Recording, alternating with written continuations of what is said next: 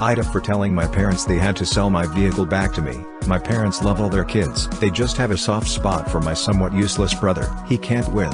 He is almost 30 and he has never had a steady job. Just a series of Joe jobs. Wearing a name tag and a hat. Whenever I buy myself a new car I give my old one to my parents. I could trade them in, but I can afford to help my parents out. My cars are usually 6 years old and maybe have 30,000 miles. I rarely drive. The last car I gave them was a Jeep Patriot. It was loaded. I could have traded it in for $9,000. Instead I sold it to my dad for $1. He had it for 6 months before he gave it to my brother. My brother sold it for $12,000. I could have done that. My whole idea was for my parents to have a good car with no maintenance issues. I just got a new Bronco. So I talked to my parents. I said that the only way I would give them the Ram was if we had a contract stating that if they sold it in the next 5 years they had to sell it back to me for $1. They said that I was treating them like children and that once it was their truck they could do whatever they wanted. I agreed that was fair. I sold my truck privately and got $27,000 for it. I used it as part of my purchase of my new Bronco. My dad saw my new vehicle and asked when I was going to drop off the truck. I told him I sold it. Him and my mom are upset because they are now driving a 12-year-old Kia shitbox. That's not really my problem. I tried to help them and it wasn't good enough for them. My parents think I went back on my word. I never promised them anything. I only ever offer them a deal.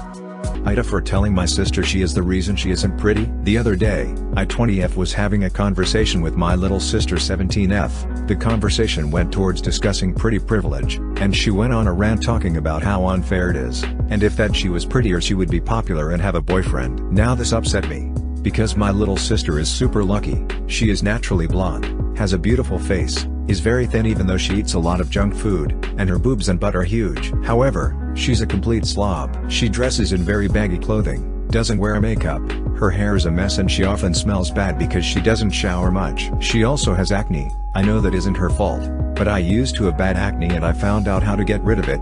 But when I suggest this to her, she just ignored it. I told her that the reason she isn't pretty is because she doesn't put any effort into her appearance. She got mad at me and stormed off. I know that nobody should be obligated to look nice, but it just upset me to hear her complain about her appearance, considering her circumstances. However, I'm starting to think what I said was a bit insensitive. Ida for telling my sister that it is her fault that she missed our grandfather's funeral. My 26M grandfather recently passed away after suffering from Alzheimer's for years. While it was sad, I knew he would be happier wherever he was going. During the planning of his funeral, my sister and I discussed who would attend, and she mentioned bringing her girlfriend. I've always been openly supportive of my sister 22F and her relationship, but our family isn't. They haven't met her girlfriend and aren't wanting to, so I didn't think it was a good idea. When I told my sister that bringing her girlfriend to the funeral would cause drama, she got upset. She said she doesn't feel safe without her girlfriend there. I offered to stay with her during the entire service if she felt uncomfortable around certain family members, but she insisted on bringing her girlfriend. She said they are engaged, so her girlfriend is basically family whether others like it or not. I told her it seemed like she just wanted drama and that if she felt she had to bring her girlfriend, she might as well not go because the funeral wasn't about her and her girlfriend but about our grandfather. My sister got very emotional, which made me feel bad, but I didn't think a funeral was the place to introduce her girlfriend to the family. My sister left and ended up not attending the funeral. It's been almost a week since the funeral, and I called my sister to check on her since we hadn't spoken much since our disagreement. She wanted to know about our grandfather's service, so I recapped everything. Then she started getting upset and saying she wished she could have been there. This made me angry because she could have been there, so I explained she chose not to attend because she wanted to bring someone to intentionally cause drama. This turned into another argument, and her girlfriend ended up taking her phone and hanging up on me, throwing in a jab about me being a bad brother. I feel like I could have handled the situation better, but I tried to offer countless solutions to my sister. Ida for telling my sister's boyfriend to not propose to her. I 28F have a fraternal twin sister who is dating my fiance's 34M younger brother 29M. My fiance and I are getting married in September. My sister has made several comments about how awful my new last name will be. She has also said similar things throughout her relationship. She told me that she could never marry her boyfriend because she just can't have this last name. I told her that she doesn't have to take his last name. There are plenty of women who keep their maiden name when they get married for various reasons. She disagrees and said that she doesn't want to keep our maiden name. She wants to have a traditional marriage where she takes her husband's last name. Last weekend she went with me to buy clothes for my honeymoon. While we were out I asked her what if her boyfriend proposed to her. They've been dating for 3 years now and my fiancé told me that his brother was looking at engagement rings. I didn't tell her this but simply brought it up in regular conversation since we were shopping for my honeymoon outfits and she kept saying I can wait to try on wedding dresses one day and the like. She told me she would say only if you change your last name. I told her that was really selfish of her to give an ultimatum like that to someone who loved her and wanted to marry her. She rolled her eyes at me. So I said seriously, would you really turn him down because of his last name? And she firmly said yes, I just can't have that name. So I asked why she was even with him knowing it won't lead to marriage and she replied I don't know. I just dropped it. Yesterday, her boyfriend came over to hang out with my fiancé and pulled up photos of rings to ask my opinion on which one my sister would like. I told him the truth. She won't marry him, that she will say no if he asks because of his last name. He asked me if she told me this and I told him yes. He broke up with her today. He didn't tell her why but my sister knows it was because of me. Now my aunt and uncle who raised us are upset with me and said that it's going to be really uncomfortable at my wedding for everyone. But, wouldn't it still have been if he asked and she said no? Should I have just let it play out? Ada for calling the police after my neighbor lied about being a physical therapist to give me a massage. Throwaway for anonymity. I 24F have a neighbor late 30s M and his wife and children. I have lived here for 3 years and we have had a normal neighborly relationship throughout that time. My neighbor approached me a week ago telling me that he was in a physical therapy course that required him to give practice massages to 2 women and 2 men and one of the women he had lined up dropped out 2 days before the deadline. He said he had a massage table, all the oils and lotions, a form for me to sign, and in his parlor and his home. I agreed since it sounded professional and above board and I had known him for years. A few days later, he came by my house at 10 p.m. wanting to give the massage with no table, form, or lotions and wanted to use my couch. Alarm bells went off and I told him no, and said that I was no longer willing to do it and to find someone else. He continuously tried rescheduling including changing the deadline for having it complete. Then today, his wife messaged me and said she had checked the phone records and found messages between us but he had deleted the messages off his phone. He in the same moment ran over my house and asked me to lie to his wife that he was doing housework for me. I obviously didn't want to lie to her, so I told her everything. She told me that he lied about being in physical therapy courses, and that he completely made that up to be able to massage me and use that opportunity to come onto me. The fact he invented a fake reason to get in my house, alone, to massage me makes me so scared since he lives next door. I am tempted to preemptively file a police report since he lives next door. And I truly believe he had bad intentions, but I don't want to jeopardize my living situation by angering him or inflaming the situation. Would I be the eye if I contacted the police? Am I overreacting? My wife keeps trying to protect our family from largely invisible dangers. I feel like she's 10 years away from being like Chuck McGill in Better Call Saul. This has been going on for years now, and it's reaching a point where I've half-jokingly suggested that she find a professional to chat with about this. That did not go over well, so I'm hoping for some ideas, even if it's just to say I should drop this and that it's not that big of a deal. But here goes. Especially after our son was born 7 years ago, my wife has developed a strong fear of random, mostly invisible to the naked eye things, such as the fumes given off by new furniture, the potential for asbestos, and electromagnetic radiation from the modem router. I understand a mild aversion to all of these things, but the lengths she will subject us to are disproportionate to the actual threat. Like when we got a new bedroom furniture set, she had us sleep in the guest room for 2 years. We still have not used the dresser I got my son 5 years ago. She wants my son to sleep in the guest room permanently because he's on the 2nd floor, and is sleeping close but separated by a wall to the eaves, which contain insulation that may almost certainly not have asbestos but have not been disturbed or touched in years. She will sharply remind my son not to sit on the couch that's closer to the router, but also doesn't like him spending too much time on the couch that's 1 floor directly above the modem. I just want to know how to help her, because it feels like at some point, giving into all these medium-sized requests is going to turn into something like us moving houses for some vague reason, or having my son change schools because his classroom got new chairs or something. Can't carry over time to the next year?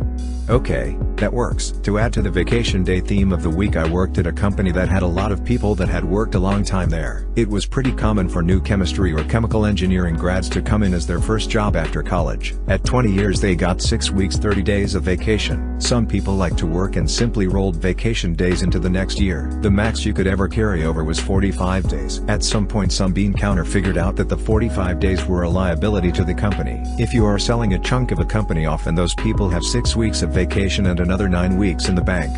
That's 15 weeks of time that the new owner could be on the hook for. So they decided and put out a proclamation that there would be no carryover from one year to the next. Much unhappiness swept the company. Lots of people tried to plan how they were going to use it. One of the key people I worked with came up in October and said they are going on vacation, and how much they liked working with me, which was kind of odd. So I pressed a little on why this sounded like a forever goodbye and not a see you in a week. So I got told under strict confidence that they had found a new job. New job started in 2 weeks. They had enough vacation days to cover them to Jan 1, and the next year's vacation and holidays covered the first 2 months of the following year. So they were done. I wished them well, and they were gone. But they were not as good as I am in keeping secrets. There were suddenly a number of key people, also with 6 weeks vacation and large vacation bank that were gone. Lots of unhappy people in HR. HR could not say no to the close-out vacation since they had decreed the rollover freeze, but HR decreed you must return to work to be able to collect the vacation in the next year. Turns out most of the people got jobs in very cool companies. They all scheduled a vacation day so they could come back to work for a day. They came back en masse. Co-workers scheduled them all into meetings, so they had things to do on the day. It was mostly a party day with an all-day food fest. As an added bonus, senior management had indeed planned to split off a division,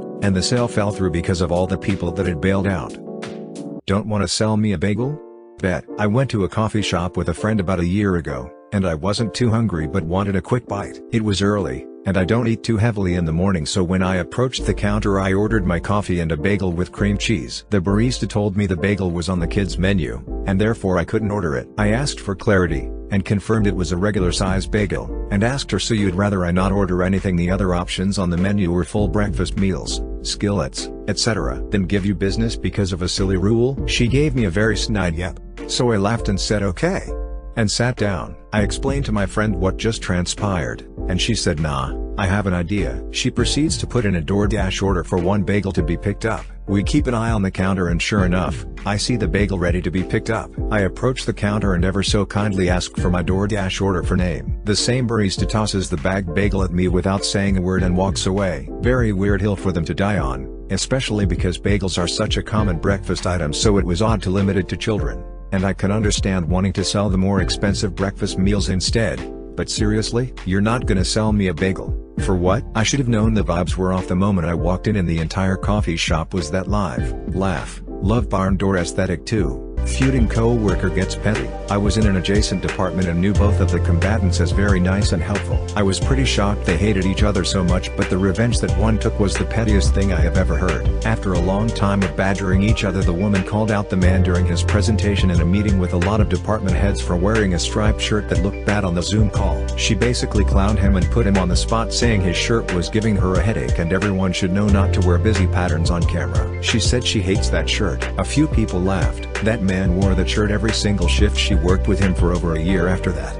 I let him cheat, so I can watch him fail. This was years ago, but it still brings a smile to face at times. Back in school, a handful of students, including myself, missed a major test due to extracurriculars. The teacher already arranged for us to take the test in a back room during regular class session. There was a guy, let's call him Eric, who was the typical boy who behaved like he was all that and a bag of chips, rude, obnoxious, and didn't once talk to me.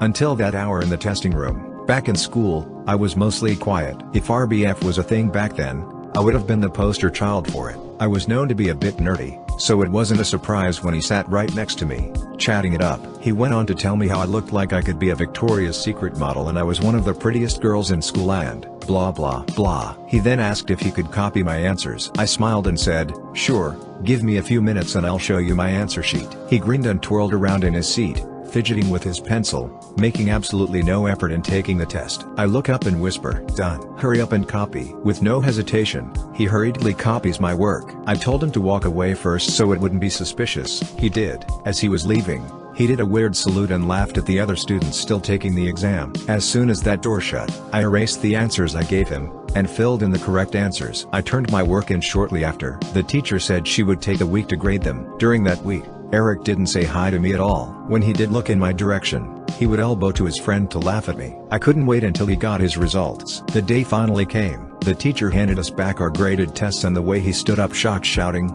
an F? And ran over to me to see my A grade, was chef's kiss. He definitely stopped laughing at me after that.